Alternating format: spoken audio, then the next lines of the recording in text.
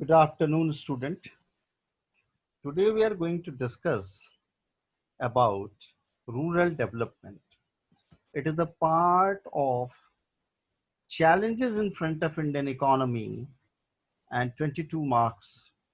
It's basically all the chapter which is showing in front of you on the slide: sustainable economic development, human capital formation, infrastructure, poverty, employment, rural development.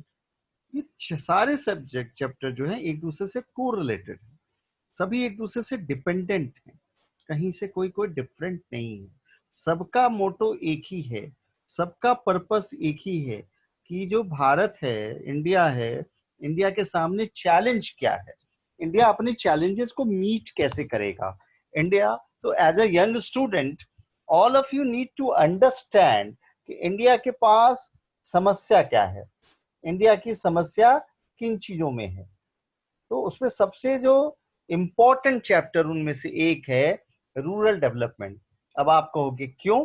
क्योंकि हम जानते हैं कि आज भी भारत का 70% population 70% population गांव में रहता है, गांव में रहता है। अब गांव की समस्या बहुत बड़ी है। गांव में रोजगार की कमी है, गांव में स्वास्थ्य मतलब हेल्थ सर्विसेज की कमी है, गांव में कमी है स्वच्छ जल पीने का। 2011 सेंसस के हिसाब से भारत की ऐसी 70% ग्रामीण आबादी है, रूरल इनहेबिटेशन है, जहां पे कि क्लीन ड्रिंकिंग वाटर अवेलेबल नहीं है, जबकि भारत क्या नदियों का देश है। तो ये सभी समस्याओं को समझने के लिए, और अब तो यही चैलेंज आता है हमारे पास कि इन समस्याओं को कैसे दूर करें, और इन समस्याओं को दूर करते हुए कैसे भारत का विकास करें, कैसे हम कल कह पाए कि श्रेष्ठ भारत, स्वच्छ भारत, आत्मनिर्भर भारत और ग्रामीण भारत, विकसित भारत हम कैसे कह पाए। तो रूरल डेवलपमेंट में इन्हीं सभी मुद्दों पे हम लोग डिस्कस करेंगे। इसमें हम डिस्कस करेंगे रूरल डेवलपमेंट है क्या, रूरल डेवलपमेंट की जरूरत क्यों होती है, रूरल डेवलपमेंट हम कैसे अचीव करेंगे, और क्या क्या एरिया इसमें हम कवर करते हैं। The process of improving the quality of life and economic wellbeing of people living in rural areas is known as rural development. कौन इन्वॉल्व है उसमें? जो लोग गांव में रहते हैं, जो लोग खेती बाड़ी करते हैं, जो लोग खेती बाड़ी से अपनी जिंदगी जीते हैं, और खेती बाड़ी के साथ साथ मतलब एग्रीकल्चर के साथ साथ एग्रीकल्चर पे डिपेंडेंट एक्टिविटीज को पूरा करते हैं। साथ साथ भारत की बहुत सारी ऐसी इंडस्ट्रीज है जिसका वो रॉ मटेरियल प्रोवाइड करते हैं। हम कपड़े पहनते हैं, कॉटन की खेती से आती है, रबर, गाड़ियों में टायर, बहुत चीजों में यूज करते हैं, फर्नीचर हम घरों में यूज करते हैं। उसके बाद हमारे घरों में जो फूड प्रोसेसिंग इंडस्ट्रीज के गुड्स आते हैं, तो ये तमाम चीजें एग्रीकल्चर से आती है। तो कैसे हम उनको डेवलप करें, we are going to discuss about it. उनकी क्या नीड्स हैं। Decline in public investment since 1991। अब हाँ, यहाँ एक समस्या आया है। लिबरलाइजेशन भारत में हमने किया, एलपीजी पॉलिसी, तो हमने सीधे फैक्ट्री, अब वहां पे हमारे पॉलिसी मेकर से गलती हो गई। भैया ठीक है, हमने फैक्ट्री लगा दिया, हमने फैक्ट्री लगाया, हमने विश्व को कहा कि भारत आओ बनाओ, लेकिन हमने एक चीज इग्नोर कर दिया पॉलिसी बनाते हुए कि भारत की जो 70% आबादी है वो खेती पे डिपेंड है। हम उसको मशीन फैक्ट्री में सीधे सब्स्टिट्यूट नहीं कर सकते, क्योंकि मशीन ज्यादा काम करता है, वहां लोगों की जरूरत कम पड़ती है। इन सबको जॉब के लिए agriculture, small industries, micro industries, small enterprises, इन सब की जरूरत है, जिसको हम आज एमएसएमईज कहते हैं, micro small and medium enterprises. और ये कहाँ पे लोकेट होनी चाहिए? रूरल एरियाज में। तो और इन सब में गवर्नमेंट का थोड़ा सा झुकाव, गवर्नमेंट का इंटरेस्ट कम हो गया, जिस वजह से 1991 ऑनवर्ड कंटिन्यूअसली क्या हो रहा है, decline in public investment. Rural people account for about 3/4 of total population पहले डिस्कस किया, और हमें ऑल्टरनेटिव एम्प्लॉयमेंट प्रोवाइड करना था इन सबको। और एग्रीकल्चर में जो शेयर है जीडीपी का वो भी कम हुआ है, तो ये बहुत बड़ा कंसर्न है। जिसलिए दोबारा से कैसे गांव का विकास हो, कैसे जीडीपी में उसका शेयर बढ़े, कैसे लोगों को खेती से जुड़ा, एग्रीकल्चर से जुड़ा उनको काम मिल सके, that is a concern of rural development. According to the estimates of the Planning Commission, 25.7%, that is almost 1/4 of rural people, lived below the poverty line in 2011-12. That is a matter of concern. Rural development में हम क्या देखेंगे? गांव में रहने वाले लोगों का विकास, human resource development, expansion of productive resource, खेत में उपज हो, फिर उपज को फूड प्रोसेसिंग किया जाए, पैकेजिंग किया जाए, फिर उसको स्टोर किया जाए, फिर उसको ट्रांसपोर्ट किया जाए, ट्रांसपोर्ट करने के बाद वेयर हाउस मार्केटिंग किया जाए, मतलब मॉल तक पहुंचे, फिर लोगों के घर तक पहुंचे। तो इसके थ्रू बहुत सारे एक्टिविटीज, बहुत सारी सर्विस इंडस्ट्रीज, ऑक्सिलरी इंडस्ट्रीज का डेवलपमेंट होगा। फिर लैंड रिफॉर्म, आज भी जमींदारी प्रथा भारत में चली आ रही है, खेत किसी का और जोतता कोई और है, और वो बेचारा पूरे महीने साल भर मेहनत करता है और उसको क्या मिलता है? कुछ नहीं मिलता। ठीक है, सरकार को किसी का मुआवजा देना होगा, जमीन को लैंड ओनर को मिलेगा, बट टीलर कोई और है। तो लैंड रिफॉर्म एक बहुत बड़ी आवश्यकता है भारत की। जब तक हम लैंड रिफॉर्म नहीं करेंगे तब तक इंडिया में एक्चुअली में एग्रीकल्चर में डेवलपमेंट नहीं हो पाएगा। पॉवर्टी रिडक्शन, थोड़ा सा इसमें हम जाते हैं, इंडिया और चाइना का कंपैरिजन देखें। जब 1958 में चाइना ने कम्यून सिस्टम डेवलप किया, तो उन्होंने क्या किया? गांव में हर किसान को एक एक प्लॉट ऑफ लैंड दिया, एक पूरे विलेज को, जब जहां सब मिलके काम करते थे, जिसने जितना काम किया उसको शेयर मिलता था, जिसकी वजह से क्या हुआ? वहां पे मास लेवल पे पॉवर्टी का रिडक्शन हुआ। बट इंडिया में ऐसा नहीं हो पाया। इसके पीछे लॉजिक क्यों? क्योंकि हम इंडिया में लैंड रिफॉर्म उसी तरीके से नहीं कर पाए। इंडिया ने भी उसको देखते हुए 1968 में लैंड रिफॉर्म करने की कोशिश की, बट दोनों सिस्टम में फर्क था। वहां कम्युनिटी मतलब कंट्रोल्ड बाय द गवर्नमेंट, और यहाँ पे क्या था? Taken by the government and distributed among the people. तो डेमोक्रेटिक सेटअप होने की वजह से और हमारे कॉन्स्टिट्यूशन के लूप होल की वजह से वो प्रॉपर्ली इंप्लीमेंट नहीं हो पाया। तो इसलिए आज के डेट में रूरल डेवलपमेंट के लिए land reform, land cultivation, land distribution, land ownership, tiller कौन होगा, इस पे बहुत काम होना है। एंड सबसे बड़ा इंपॉर्टेंट है डेवलपमेंट ऑफ इंफ्रास्ट्रक्चर। अब एग्रीकल्चर के लिए अगर आपसे पूछा जाए कि एग्रीकल्चर का इंफ्रास्ट्रक्चर क्या होगा, तो एग्रीकल्चर का इंफ्रास्ट्रक्चर है कनाल सिस्टम, जो हमारी डाइंग रिवर एंड ट्रिब्यूटरीज हैं उनको ड्रेंच करके उनको उनसे पानी जाए, खेती के लिए, इरिगेशन के लिए पानी लोगों तक पहुंच पाए। जो हमारे पुराने कस्टम्स के बाउलीज हैं, पाउंड्स हैं, वाटर रिजर्वियर हैं, वो बने, वाटर रिजर्वेशन सिस्टम बने। तो ये सारी इंफ्रास्ट्रक्चर जब तक डेवलप नहीं होगी तब तक रूरल डेवलपमेंट नहीं हो पाएगा।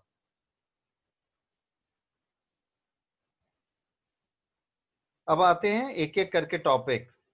ह्यूमन रिसोर्स डेवलपमेंट, तो proper attention to literacy, specially on female literacy, education and skill development गांव में हो सके, health facilities for their physical growth हो पाए। और कोविड से बेहतर समय नहीं होगा। अब देखो, कोविड में पूरे भारत की फैक्ट्रियां बंद है, हमें खाना कौन खिला रहा है? किसान। पूरे देश में आज सबसे बड़ी समस्या किसकी आ रही है? हेल्थ केयर की। तो रूरल डेवलपमेंट अगर करना है तो 3 चीजें वहां की बेसिक इंफ्रास्ट्रक्चर है जो होना जरूरी है। Better irrigation facility, better health care facility and electrification of villages. आज सरकार ने हेल्थ सेंटर पंचायतों में हेल्थ क्लिनिक खोल रखा है, हॉस्पिटल खोल रखा है, बट डॉक्टर वहां जाना ही नहीं चाहते। क्यों? जाते भी हैं तो उनको एक्सरे करने के लिए इलेक्ट्रिसिटी नहीं है, बहुत सारी चीजें जिनके लिए 24 आवर लाइट नहीं रहती, तो वो जाता ही नहीं है। पर्सनल लेवल पे भी वो डिससेटिस्फाई होता है। फिर धीरे धीरे क्या हो जाता है? वहां पे डॉक्टरों की कमी हो जाती है। तो इन 3 बेसिक इंफ्रास्ट्रक्चर पे रूरल डेवलपमेंट के लिए हमें काम करना होगा। That is the most important challenge.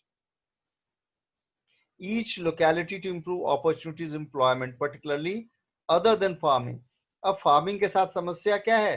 Harvesting cultivation time में तो लोगों को काम मिल जाता है, बाकी रेनी डेज में बाकी टाइम पे उनको काम नहीं होता, तो वो वहीं रुके रहें।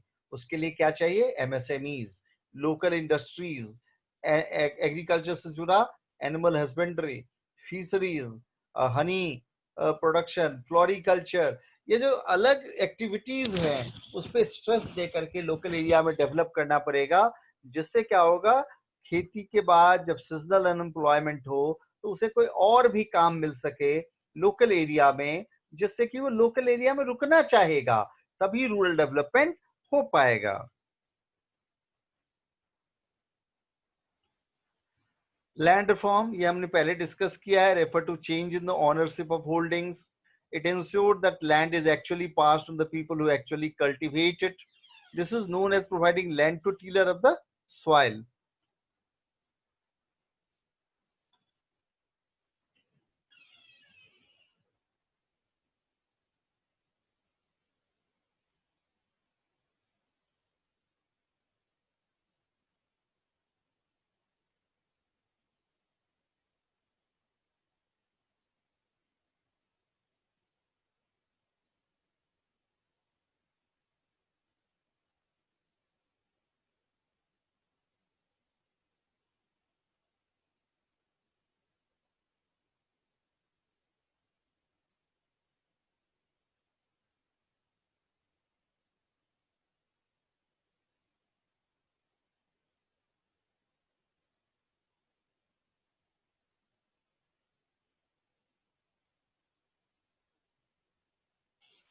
Yes, so we are talking about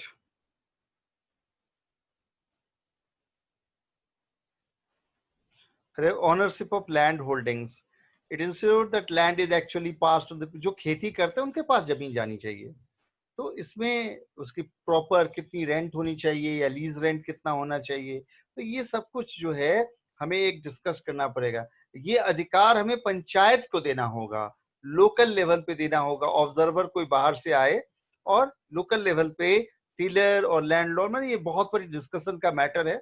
might भी हमारे करेंट पॉलिसी मेकर और नीति आयोग इस पे डिस्कशन कर रही होगी, सोच रही होगी क्या करना चाहिए।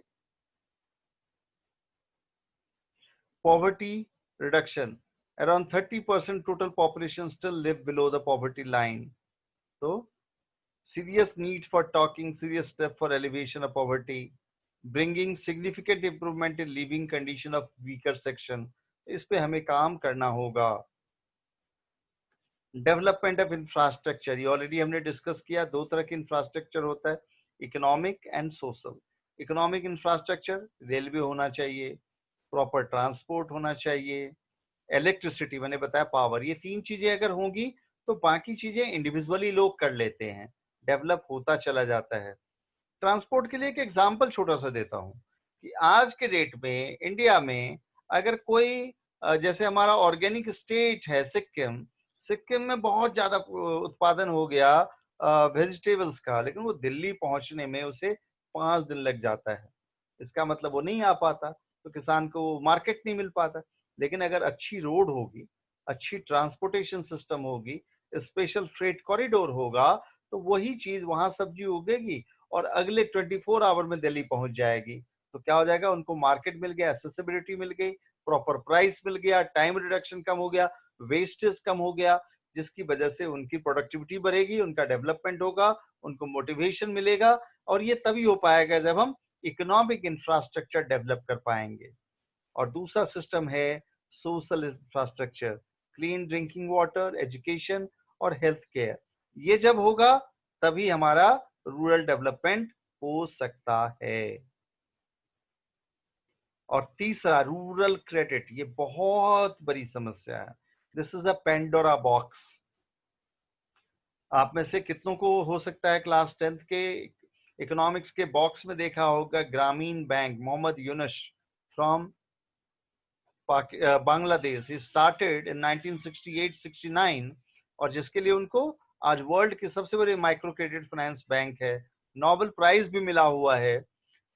बट भारत में क्यों नहीं? भारत में कुछ संस्थाओं ने काम किया, जैसे तनवा है तमिलनाडु में, Tamil Nadu association of working women.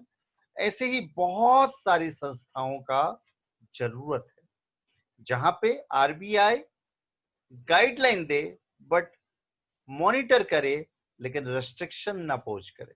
जहां पे लोकल लेवल पे सोशल इंटरप्रेन्योर सामने आए, किसानों को, किसी को 1,000 रुपए की क्रेडिट की जरूरत है, सिस्टम है, बहुत सारे सिस्टम है, ग्रामीण बैंक है, कोऑपरेटिव है, लेकिन उसमें लोन टेन्योर पास होने में 15 से 20 दिन लग जाता है। और फार्मर को आज बारिश हुई और कल उसको सोइंग करना है, कल चाहिए 500 रुपए, कहां से मिलेंगे?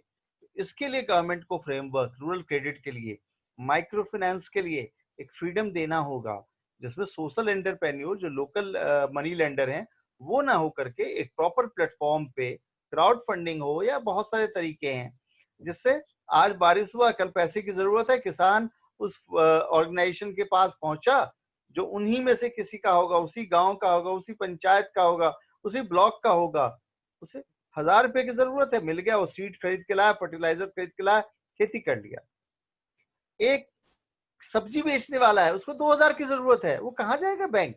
उसके पास कोई पैसे नहीं है। अब ऐसे लोगों को 2,000 रुपए किसने लोन दे दिया बहुत चीप रेट ऑफ इंटरेस्ट पे, उसको आरबीआई सब्सिस्ट करे, सपोर्ट करे, तभी जाकर के क्या होगा, तभी जाकर के रूरल क्रेडिट पहुंच पाएगा। And as an young student I say all of you can work on it. Tomorrow you could start a new venture, new entrepreneurship. NITI Aayog is discussing about it. All of you have an ample opportunity to work in this field, and you can change the course of action. Sometimes people say कि मैं क्या कर सकता हूँ देश के लिए?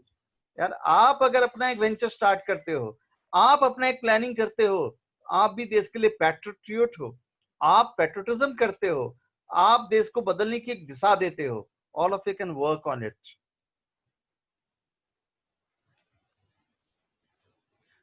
अब रूरल क्रेडिट में किस तरह के क्रेडिट की जरूरत है? Time period less than 15 month to meet short term needs. Thresher खरीदना है, एक मवेशी खरीदना है।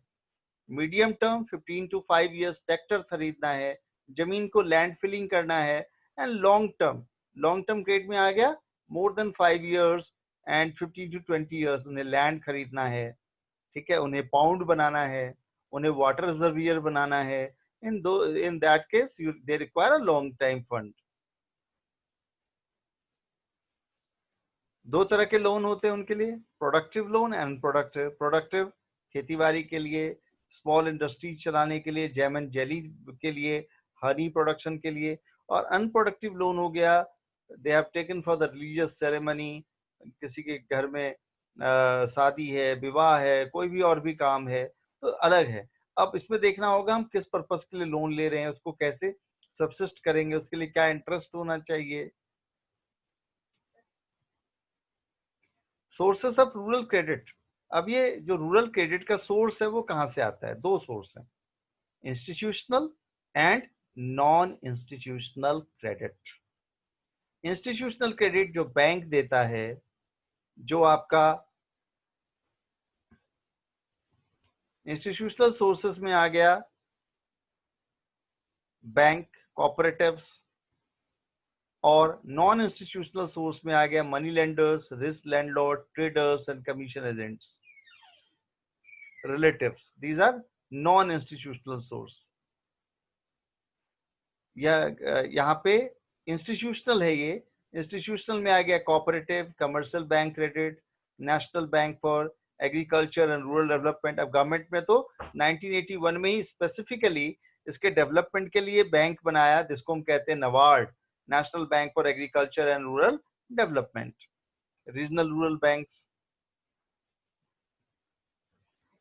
बट अब तक जो है बैंकिंग सिस्टम नहीं हो पाया। अभी मैंने कहा था कि इसमें सोशल सेक्टर, इंडिविजुअल इंटरप्रेन्योर्स को बड़े लेवल पे आना पड़ेगा, तब जाकर के इसको हम दूर कर पाएंगे। ओवरड्यू, किसान ने लोन लिया, सरकार ने लोन दे दिया, अब उसका सूखा आ गया, फ्लड आ गया, अब वो दे नहीं पाता, कहीं वो जानबूझ के नहीं देते, तो जिसकी वजह से एनपीए बढ़ता जा रहा है। और जो नीडी पीपल है उनको लोन नहीं मिलता है, उनके पास कोई प्रॉपर्टी नहीं होती तो मॉर्गेज नहीं होता, तो इंस्टीट्यूशनल सोर्स से बैंकिंग, जो माइक्रो क्रेडिट है रूरल बैंकिंग, वो हो नहीं पाया है, जिसकी वजह से मार्जिनल फार्मर को वो सहयोग नहीं मिल पाया है जो मिलना चाहिए। एग्रीकल्चर में अभी बताया डिफॉल्ट रेट बहुत होता है, 50% defaulters were categorised as wilful defaulter, जानबूझ के पैसे नहीं देते, वो हमेशा सोचते हैं कि पैसे देंगे नहीं, पॉपुलेशन बहुत बड़ी है उनकी, अगला कोई दूसरा सरकार आना होगा कहेगा ऋण माफ कर देंगे, हम उसी को वोट देंगे, और इसी बहाने वो सरकार के पैसे लेके खा जाते हैं। इफेक्ट क्या हुआ, smooth banking system proper function नहीं कर पा रही है, amount of loan sanction to the farmers is also inadequate, काफी इनएडिक्वेट है। इफेक्ट क्या होता है, farmers often divert such loan for unproductive purpose, lesser attention has been given on the credit requirements of needy and small marginal farmers। अभी government ने किया है किसान समृद्धि योजना, जिसमें उन्होंने डायरेक्ट बेनिफिट ट्रांसफर किया है 2,000 रुपये हर 4 महीने पे, 6,000 रुपये साल में, तो एक छोटी सी शुरुआत है जो कि बेसिक नीड को समझने की कोशिश की गई है। Other formal institution fail to develop a culture of deposit mobilisation, plus जो मैंने अभी बताया सोशल इंटरप्रेन्योर में एक विश्वास नहीं है, प्लस भारत में एक प्रॉपर रूल एंड रेगुलेशन नहीं होने की वजह से लोग पैसे लेते भाग जाते हैं, जिस वजह से लोगों का ट्रस्ट नहीं है, तो सोशल एंटरप्रेन्योर इस फील्ड में आ नहीं पा रहे हैं। एग्रीकल्चर मार्केटिंग भी एक कंसर्न है इंडिया में, कि एक अच्छे तरीके का एग्रीकल्चर मार्केटिंग सिस्टम हमारे पास नहीं है। गवर्नमेंट ने स्टार्ट तो किया, हर जिला में एक मंडी है, बट मंडी में तो तब जाएंगे ना जब बहुत अच्छा ज्यादा सामान रहेगा। अब कच्ची सड़कें हैं गांव में, लोग कैसे पहुंचेंगे, अब किसी के पास 2 क्विंटल सिर्फ अनाज है, नहीं पहुंच पाता है, तो अगर उसको लोकल लेवल पे प्रोसेस करना, प्रोक्योर करना, ये सारी चीजें डेवलप हो, तब जाकर के एग्रीकल्चर मार्केटिंग सक्सेसफुल हो सकता है। तो this is the big challenge. Grading system की प्रॉब्लम है, हर एक अनाज को एक जैसा ग्रेडिंग कर देते हैं वो लोग, प्लस डिस्ट्रेस सेलिंग काफी होती है। इन सबको इम्प्रूव करने के लिए काफी कदम उठाए गए हैं, जैसे various service involve in moving an agriculture product from the farm to consumer. इसमें ट्रांसपोर्टेशन भी है, असेंबलिंग भी है, स्टोरेज भी है, पैकेजिंग भी है, ग्रेडिंग भी है, डिस्ट्रीब्यूशन भी है। अगर ऐसा होता है तो फार्मर के पास अच्छा खासा पैसा आता है, तो उसकी लाइफ इंप्रूव होती है।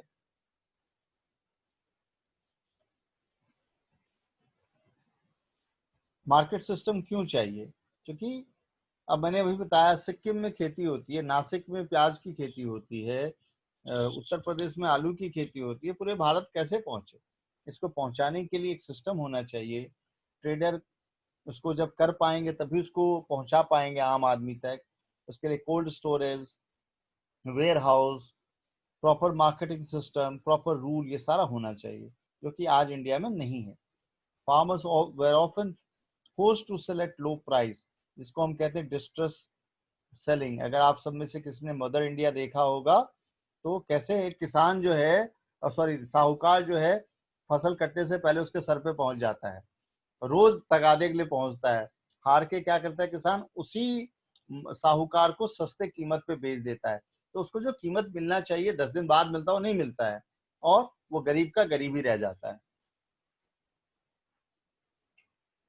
Lack of storage facilities, they also did not have proper storage facility, जिससे अपने सामान को लंबे समय तक स्टोर करके रख सके। तो ये बहुत सारी ऐसी चैलेंजेस है।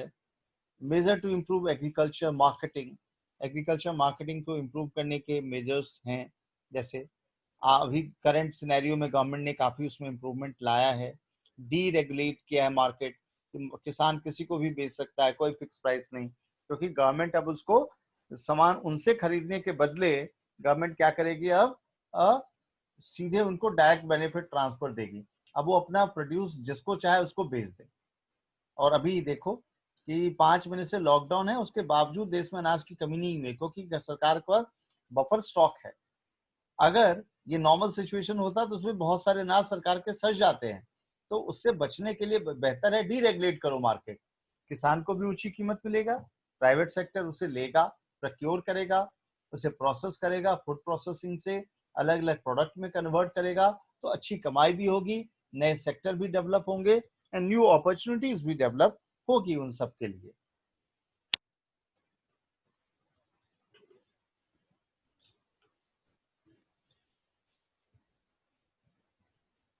रेगुलेटेड मार्केट, इंफ्रास्ट्रक्चर फैसिलिटी हम देंगे, e NAM electronic national agriculture market develop किया है। कोऑपरेटिव मार्केट, कोऑपरेटिव मार्केटिंग हम फिर कभी डिस्कस करेंगे, बहुत ही इंपॉर्टेंट टॉपिक है। मिनिमम सपोर्ट प्राइस देती है गवर्नमेंट की, ज्यादा प्रोडक्शन हो जाए ऐसे में फार्मर बेचारा परेशान ना हो, तो एक फिक्स प्राइस लेता है कि उससे कम कीमत बाजार में कभी नहीं जाएगा, तो जिससे फार्मर को एक सपोर्ट मिल जाता है। इसके अलावा बफर स्टॉक, गवर्नमेंट उनसे एक्सेस प्रोडक्ट खरीद करके, अभी मैंने बताया कि काफी स्टॉक गवर्नमेंट के पास है जब बफर स्टॉक, जिससे कि हम आराम से अभी साल भर तक भी सरकार देश के सभी लोगों को खाना खिला सकती है। ऑलरेडी गवर्नमेंट ने प्रॉमिस किया हुआ 80 करोड़ को नवंबर तक खाना खिलाएगी, तो मतलब ये बफर स्टॉक मेंटेन करती है, जिससे क्या होता है प्राइस इन्फ्लेशन नहीं भागता, प्राइस डिस्ट्रीब्यूशन सिस्टम पे वर्क करेगी, जिससे एक public distribution system ration shop में अभी हम देखते हैं अनाज चावल दाल और गेहूं बांटा जाता है free of cost, normal time में मार्केट से कम कीमत पे बिलो पॉवर्टी लाइन के लोगों को बेचा जाता है। Regulated market have been organized with a view to protect the farmers from the malpractices of seller and brokers. Effect क्या हुआ, बहुत सारे फार्मर को बेनिफिट हुआ और कंज्यूमर को भी एक प्रॉपर कीमत पे चीजें मिल पाती हैं, इन्फ्लेशन ज्यादा नहीं होता। Development of infrastructure, capital invested in the country that helps in production, distribution and consumption. तो ये इंफ्रास्ट्रक्चर डेवलप, जिसमें सबसे बड़ा रोड है, वेयर हाउसेज है, रेलवे है, कोल्ड स्टोरेज है, एंड देन बैंकिंग सिस्टम है। इन सब चीजों का जितना ज्यादा डेवलपमेंट होगा उतनी ज्यादा इन सब चीजों की डेवलपमेंट होगी। अब इकोनॉमिक इंफ्रास्ट्रक्चर में देखिए, railway, transport, power, social infrastructure में वाटर सप्लाई एंड स्कूल, इन चीजों का जितना डेवलपमेंट होगा उतनी ही रूरल डेवलपमेंट हो पाएगी। पॉलिसी ऑफ कोऑपरेटिव मार्केटिंग बहुत अच्छा कॉन्सेप्ट है। इसका बेस्ट एग्जांपल है अमूल। जब अमूल स्टार्ट हुआ था तो किसी ने कल्पना नहीं की थी कि वर्ल्ड के सबसे बड़ी मिल्क प्रोडक्शन कंपनी बन जाएगी वो, बट एक कोऑपरेटिव है, कंपनी नहीं है। मार्केटिंग जिसमें कि एक गांव के सारे किसान अपने अनाज एक जगह रखेंगे और वो मिल करके बेचेंगे, तो एक क्या होता है, एक इंडिविजुअल की बार्गेनिंग पावर वीक है, सब मिलके बेचेंगे तो स्ट्रॉन्ग बार्गेनिंग पावर हो जाएगी। तो जहां मार्केट में नॉर्मल रेट में 8 रुपए किलो मिलता, वैसे उनको 10 रुपए 12 रुपए मिलेगा। तो एक अच्छा कलेक्टिव पावर होने की वजह से उनको बेनिफिट मिलता है। Advantage of collective farming in order to obtain better price. इसका रिजल्ट क्या है, growth has been concentrated only in some select area. Bharat में सब चीजें हुई हैं, लेकिन एक जो कहते हैं ना, जैसे चाइना में हुआ कि पूरे चाइना में हुआ, नहीं, इंडिया में कुछ राज्यों में हुआ। महाराष्ट्र में कोऑपरेटिव, गुजरात में कोऑपरेटिव बहुत डेवलप हुआ, बट पूरे भारत में और कहीं बेहतर डेवलप नहीं हुआ। एग्रीकल्चर प्रोडक्शन हरियाणा, पंजाब, आंध्र प्रदेश में बहुत अच्छा डेवलप हुआ, बाकी राज्यों में इसका असर नहीं हुआ। तो मतलब भारतवर्ष में लॉप साइटेड, एक जगह हुआ तो दूसरी तरफ नहीं हुआ, एक जगह एक चीज डेवलप होगी तो दूसरी जगह दूसरी चीज डेवलप हो गई। तो ये एक इंडिया में बहुत असर रहा है, जो कि बैड इफेक्ट रहा है। बट हम अब पॉलिसी मेकर को आज की जो चैलेंज है कि हम कैसे पूरे देश में एक साथ इन चीजों का डेवलपमेंट कर सके, सभी सेक्टर का एक साथ इसी तरीके से डेवलपमेंट हो सके, that is the most important challenge in front of us. Change in cropping method, multi cropping system में हमें शिफ्ट करना चाहिए, मल्टी लेयर क्रॉपिंग में शिफ्ट होना चाहिए, मल्टी प्रोडक्ट प्रोडक्शन में शिफ्ट होना चाहिए, then we have to shift toward organic farming, then ancillary activities में शिफ्ट होना चाहिए, तभी फार्मर या रूरल एक्टिविटीज ग्रो होगा और लोगों की इनकम ग्रो कर पाएगी। क्रॉपिंग पैटर्न चेंज करना होगा, farmers are shift from growing one crop to a multiple, from example growing food crops to cash crops or commercial crops like sugarcane, cotton, jute, oil seeds, shifting up from labor force farming to the non-sector, agriculture में जितना ज्यादा production होगा उसकी दूसरी industry develop होगी। मान लीजिए कि ज्यादा हमारे पास शुगर केन का प्रोडक्शन होता है, तो शुगर केन को प्रोसेस करके एथेनॉल, मेथनॉल, शुगर, इन सबको डेवलप करने की फैक्ट्री डेवलप होगी। एथेनॉल, मेथनॉल तो उससे जो चलने वाले फ्यूल अगर डेवलप होते हैं तो नया एक सेक्टर डेवलप हो जाएगा, उसकी ट्रांसपोर्टेशन, उसकी स्टोरेज, उसकी मार्केटिंग, एक पूरी जो एक्स्ट्रा वर्कर हमारे एग्रीकल्चर में है वो शिफ्ट हो जाएगी इंडस्ट्री एंड सर्विस के लिए, तो ये एक बेनिफिट मिलेगा। Animal husbandry, dairying, fisheries, horticulture, agro processing and food processing में हम इसको शिफ्ट कर सकते हैं। एग्रीकल्चर डाइवर्सिफिकेशन से रिस्क में कमी होगा, लोगों की इनकम बढ़ेगी, सीजनल फैक्टर को हम रिड्यूस कर पाएंगे, एक्सपोर्ट बढ़ेगा, help in overcoming the risk of agriculture sector. If there is a crop failure due to drought or flood, उससे बचने के लिए दूसरा इनकम होना चाहिए उसके पास, एम्प्लॉयमेंट जनरेशन होना चाहिए, तभी जाकर के क्या होगा, रूरल डेवलपमेंट प्रॉपर तरीके से हेल्पफुल हो पाएगा लोगों के लिए, और ग्रामीण इलाके की जो रूरल एरियाज है उसकी इनकम इंक्रीज हो पाएगी। Most of agriculture employment seasonal, उसे डाइवर्सिफाई जब करेंगे तो जॉब अपॉर्चुनिटीज क्रिएट होगा।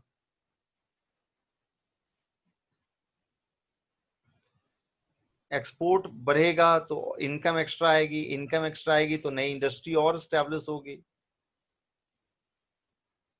एनिमल हस्बेंड्री में हम डाइवर्सिफाई कर सकते हैं, फिशरीज में डाइवर्सिफाई कर सकते हैं, हॉर्टिकल्चर में डाइवर्सिफाई कर सकते हैं, ये सारे एरियाज हैं।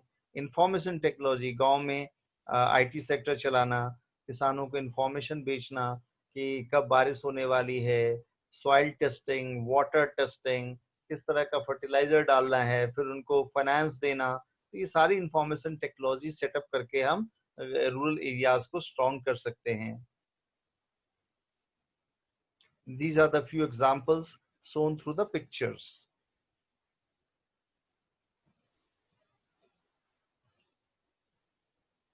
एनिमल हस्बेंड्री बढ़ेगा तो कैटल, गोट्स, डक, गूज, बेनिफिट क्या होगा, increase stability, income, food security, women employment, transportation become fast.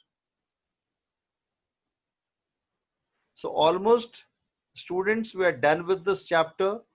So all of you can understand what is rural development. And beside that, this is an ever evolving, ever changing subject. All of you have any queries, you can ask me in a chat box, or you can comment